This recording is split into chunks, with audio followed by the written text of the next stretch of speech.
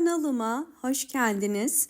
Bugün sizlere orkide bakımına dair çok önemli püf noktalardan bahsedeceğim. Eğer orkideleriniz bir türlü çiçek dalı çıkarmıyorsa ya da çiçek sayısı az ise bu tarz orkideleri çiçeklendirebilmek için neler yapabileceğimizi sizlerle paylaşacağım. Ve ikinci olarak eğer orkidelerinizin yaprakları hasta ise, bir böcek varsa ya da orkidenizin kökleri çürüdüyse bu tarz orkideleri yeniden nasıl kurtarabiliriz? Birazdan sizlere anlatacağım. Tüm püf noktalarıyla orkidelerinizi kurtarabilir. Kış ayına bol bol çiçekli girebilirsiniz. Orkidelerde böceklenme ve hastalık problemleri varsa bunun için sarımsak kullanabilirsiniz.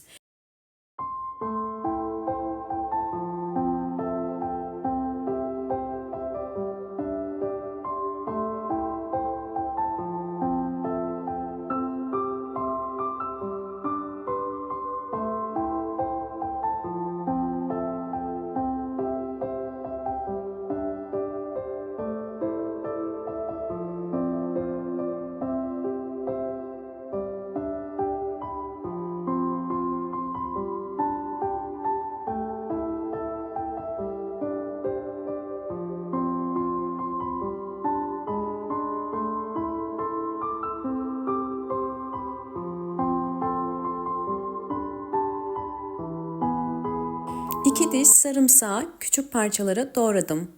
Bakın elimdeki kavanoz 720 mililitrelik bir kavanoz. Bu kavanozun içerisine doğradığım sarımsakları koyuyorum. Ve daha sonra kavanozun içerisine su koyacağım. Bu kadar su koydum. Yani toplamda 700 mililitre kadar su koymuş olduk. Ve içerisine bal ekliyorum. Sadece bir çay kaşığı kadar bakın balı hazırlamış olduğum sarımsaklı suyun içerisine koyup karıştıracağım. Özellikle bal prebiyotiktir ve içerisinde birçok B vitamini ve mineraller vardır. Sarımsak ile birleştiği zaman güçlü bir antioksidan olur ve özellikle orkidelerinizde kök çürümeleri, hastalık ve böceklerin önüne geçerek sağlıklı yaprakların ve sağlıklı köklerin çıkmasına yardımcı olur.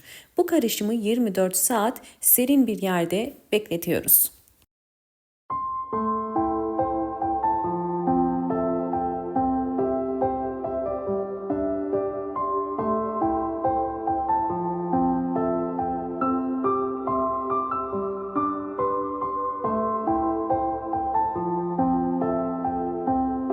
Elimdeki borcam bakın 600 milimlik sadece bu karışımdan koydum.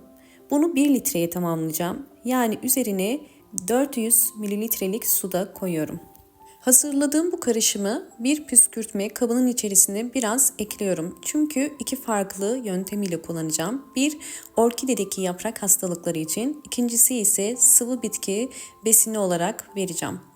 Hemen birinci yöntemimizden geçelim. Bu karışımı özellikle hastalıklı orkidelerinize vermenizi tavsiye ederim. Tabii ki sağlıklı orkidelere de verebilirsiniz. Bakın orkidelerde bu tarz yaprak hastalıkları çok sık karşılaştığımız bir hastalık ve çok bulaşıcıdır. Diğer orkidelere de geçer. Eğer orkidenizde bu tarz yaprak hastalıkları varsa mutlaka orkidenizi diğer çiçeklerden uzaklaştırmanız ve hemen bunu tedavi etmeniz gerekiyor. Ben şimdi hazırlamış olduğum karışımı bu hastalıklı orkide yapraklarına sıkacağım.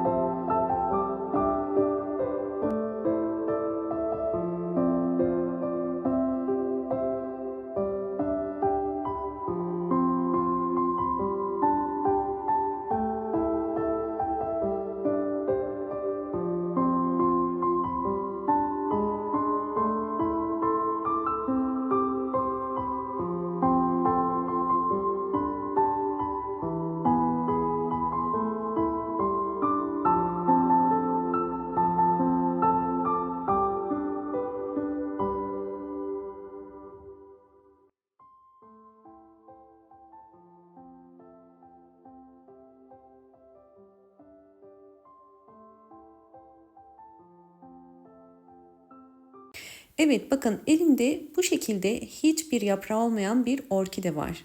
Sizlere köklerini de göstermek istiyorum. Birçok kökü de çürümüş. Daha önce sizlere hiç yaprağı olmayan orkideleri nasıl kurtardığımı birçok video ile gösterdim. Şimdi bu orkidemizi de kurtarmak için yine bu karışımı kullanıyorum. Orkidemizin yeni yaprak ve çürüyen kökleriyle beraber bu çürümelerin durup yeni bir kök çıkarabilmesi için de bu karışımı bakın yine aynı şekilde kullanıyorum. Bu orkideyi ayda bir kere bu karışımı verebilirsiniz ve bol ışık alan bir yerde bekletmelisiniz.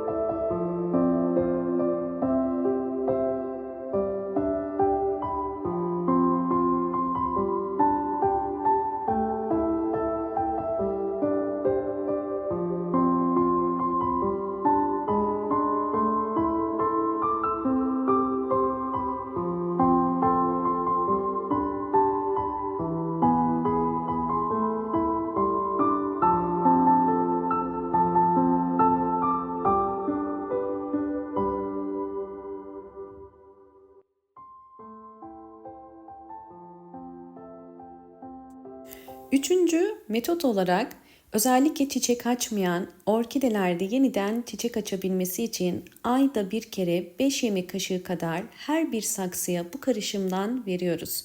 Daha sık vermenize gerek yok. Ayda bir kere vermeniz bol bol çiçek açmasına yardımcı olur. Ve bu orkidelerimin aylar içerisindeki gelişimlerini sizlerle paylaşacağım.